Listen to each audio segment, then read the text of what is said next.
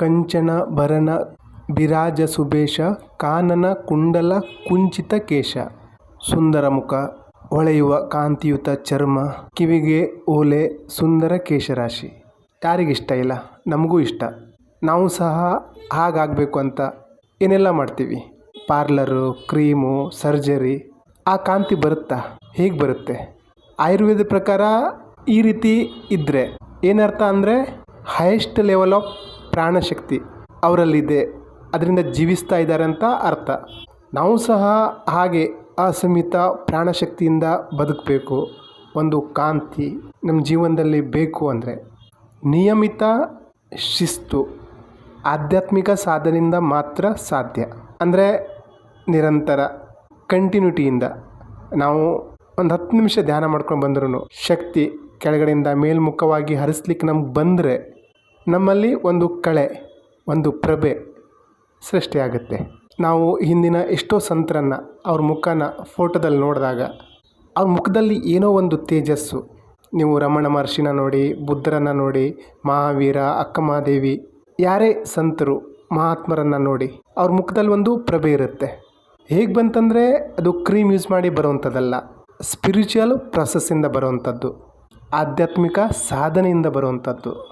ಈ ಸಾಧನೆಯಿಂದನೇ ಹನುಮಾನ್ ಕಂಚನ ಭರಣ ಬಿರಾಜ ಸುಬೇಶ ಕಾನನ ಕುಂಡಲ ಕುಂಚಿತ ಕೇಶ. ನಾವು ಸಹ ಆ ರೀತಿಯ ಸಾಧನೆ ಮಾಡಬೇಕಂದ್ರೆ ಏನು ಮಾಡಬೇಕು? ಅದಕ್ಕೆ ಗೋಸ್ವಾಮಿ ತುಳಸಿದಾಸರು ಹೇಳ್ತಾರೆ, ಹಾತ್ ವಜ್ರ ಔ ಧ್ವಜ ಬಿರಾಜೆ ಕಾಂದೆ ಮೂಂಜ ಜನೇವು ಸಾಜೆ. ಹಾತ್ ವಜ್ರ. ವಜ್ರ ಅಂದರೆ ಏನು? ವಜ್ರ ಏನಂತ ಅರ್ಥ ಮಾಡ್ಕೋಬೇಕಂದ್ರೆ ನಾವು ಹಿಂದಿನ ವಿಡಿಯೋನ ಒಂದು ಸಲ ರಿವೈಂಡ್ ಮಾಡ್ಕೋಬೇಕು. ನೀವು ನೋಡಿಲ್ಲ ಅಂದರೆ ನೋಡಿ.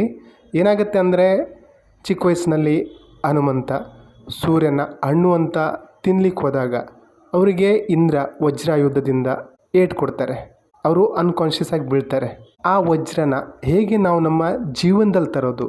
ಪುರಾಣದಲ್ಲಿ ಸುಮಾರು ಕಥೆಗಳಿದ್ದಾವೆ, ಆದರೆ ಅರ್ಥ ಏನು ಅಂದರೆ ನಾವು ನಮ್ಮ ಇಂದ್ರಿಯಗಳ ವಶವಾಗಿಬಿಟ್ಟಿದ್ದೀವಿ.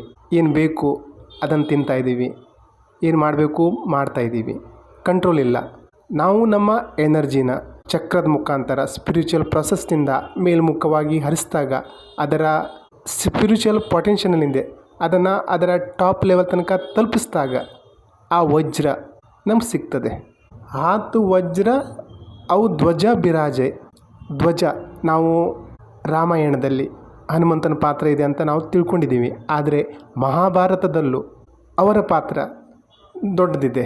ನಾವು ಕುರುಕ್ಷೇತ್ರದ ಅರ್ಜುನನ ರಥದ ಮೇಲೆ ಆಂಜನೇಯನ ನೋಡ್ತೀವಿ. ರಾಮಾಯಣದಲ್ಲಿ ಇರುವಂಥವರು ಅಲ್ಲಿ ಯಾಕೆ ಬಂದರು? ಸುಮಾರು ಜನರಿಗೆ ಗೊತ್ತಿಲ್ಲ ಅಂದ್ಕೊಂಡಿದ್ದೀನಿ. ಏನಾಗುತ್ತೆ ಅಂದರೆ ಒಂದು ಸಲ ಕುರುಕ್ಷೇತ್ರ ಯುದ್ಧದ ಮುಂಚಿನ ದಿನಗಳಲ್ಲಿ ಅರ್ಜುನ ತೀರ್ಥಯಾತ್ರೆಗೆ ಹೊರಟಾಗ ರಾಮಸೇತುನ ನೋಡಿ ಅವರು ಸುಮ್ಮನೆ ಮನಸ್ಸಲ್ಲಿ ಅನ್ಕೋತಾ ಇರ್ತಾರೆ, ರಾಮ ಅಷ್ಟು ದೊಡ್ಡ ಬಿಲ್ಲುಗಾರ ಪ್ರವೀಣ, ಯಾಕೆ ರಾಮ ಸೇತುನ ಬಿಲ್ಲಿಂದ ಕಟ್ಟಿಲ್ಲ, ಕಲ್ಲಿಂದ ಕಟ್ಟಿದ್ರು ಅಂತ. ಆವಾಗ ಅಲ್ಲೇ ಇದ್ದು ಗಮನಿಸ್ತಾ ಇದ್ದಂತಹ ಆಂಜನೇಯ ಅರ್ಜುನ ಹತ್ರ ಬಂದು, ತುಂಬ ಜನರು ವಾನರನ್ನು ನಡಿಬೇಕಾಗಿತ್ತು, ಅದಕ್ಕೆ ಸೇಫ್ಟಿ ಪರ್ಪಸ್ ಕಲ್ಲಿಂದ ಕಟ್ಟಿರೋದು ಅಂತ. ಆದರೂ ಇವರಿಗೆ ಸಮಾಧಾನ ಆಗಲ್ಲ. ಅಂದರೆ ರಾಮ ಅಷ್ಟು ದೊಡ್ಡ ಬಿಲ್ಲುಗಾರ ಇಲ್ಲ ಇರಬೇಕು, ಇಲ್ಲ ಅಂದಿದ್ರೆ ಸ್ಟ್ರಾಂಗಾಗಿ ಕಟ್ಬೋದಿತ್ತು ಅನ್ನೋ ಥರ ವಾದ ಮಾಡ್ತಾರೆ. ಅದಕ್ಕೆ ಹನುಮಂತ, ಸರಿ ನೀನು ಬಿಲ್ಲಿಂದ ನಿರ್ಮಿಸು, ನಾನೇ ಹೋಗ್ತೀನಿ, ನಾನೇ ನಡಿತೀನಿ. ಒಂದು ವೇಳೆ ಅದು ಮುರಿದು ಬಿತ್ತು ಅಂದರೆ ನೀನು ಸೋತಾಗೆ, ಮುರಿದಿಲ್ಲ ಅಂದರೆ ನಾನು ಸೋತಾಗೆ ಅಂತ ಸವಾಲಿಡ್ತಾರೆ. ಅರ್ಜುನನು ಬಿಲ್ಲಿಂದ ಸೇತುವೆಯನ್ನು ನಿರ್ಮಿಸಿದಾಗ ಆಂಜನೇಯ ಅದ್ರ ಮೇಲೆ ನಡ್ಕೊಂಡು ಹೋದಾಗ ಅದು ಮುರಿದೋಗುತ್ತೆ. ಅವರು ತಮ್ಮ ಬಾಲದಿಂದ ಕೈ ಕಾಲಿಂದ ಮುರಿದಾಕ್ಬಿಡ್ತಾರೆ. ಇದನ್ನರಿತ ಶ್ರೀಕೃಷ್ಣ ಪರಮಾತ್ಮ ಅಲ್ಲಿ ಬಂದು ಅವರ ಶಕ್ತಿಯಿಂದ ಮತ್ತೊಂದು ಸೇತುವೆಯನ್ನು ನಿರ್ಮಿಸಿದಾಗ ಅದು ಮುರಿಯಲ್ಲ. ಎಷ್ಟೇ ಪ್ರಯತ್ನ ಪಟ್ಟರು ಆಂಜನೇಯ ಆ ಬ್ರಿಡ್ಜ್ ಮುರಿಲಿಕ್ಕೆ ನೋಡ್ತಾರೆ, ಆಗಲ್ಲ. ಯಾಕೆ ಅಂತ ನೋಡಿದಾಗ ಅಲ್ಲಿ ಅವರಿಗೆ ಶ್ರೀಕೃಷ್ಣನ ರೂಪದಲ್ಲಿ ರಾಮ ಕಾಣ್ತಾರೆ. ಆವಾಗ ಶ್ರೀಕೃಷ್ಣ ಪರಮಾತ್ಮ ಆಂಜನೇಯನಿಗೆ ಹೇಳ್ತಾರೆ, ನಾನು ರಾಮ, ಈಗ ದ್ವಾಪರ ಯುಗದಲ್ಲಿ ಶ್ರೀಕೃಷ್ಣನ ಅವತಾರ ಪಡೆದಿದ್ದೀನಿ. ನೀನಿಲ್ಲಿ ಅರ್ಜುನನ ಜೊತೆ ವಾದ ವಿವಾದ ಜಗಳ ಮಾಡೋದು ಬೇಡ, ನೀವಿಬ್ಬರು ಸ್ನೇಹಿತರಾಗಿ ಸಪೋರ್ಟ್ ಮಾಡಬೇಕು ಅಂತ ಕೇಳ್ಕೊತಾರೆ. ಕೊನೆಗೆ ಟೈಮ್ ಬಂದಾಗ ಅವರು ಆಂಜನೇಯನ ರಿಕ್ವೆಸ್ಟ್ ಮಾಡಿ ಕರ್ಕೊಂಡು ಹೋಗ್ತಾರೆ. ಅಲ್ಲವರು ಧ್ವಜದ ಮೇಲೆ ವಿರಾಜಮಾನ ಆಗ್ತಾರೆ. ಇದು ಕತೆ. ಔ ಧ್ವಜ ಬಿರಾಜೆ ಇದರ ಅರ್ಥ. ಯಾಕೆ ಕಪಿಧ್ವಜ ಅಂತಾರೆ, ಅರ್ಜುನನ ರಥದ ಮೇಲೆ ಆಂಜನೇಯ ಯಾಕಿದ್ದಾರೆ ಅನ್ನೋದರ ಸಾರಾಂಶ. ಧ್ವಜ ಬಿರಾಜೆ one who set on the flag. ಕಾಂದೆ ಮೂಂಜೆ ಜನೇವು ಸಾಜೆ. ಜನೇವು ಅಂದರೆ ಜನಿವಾರ.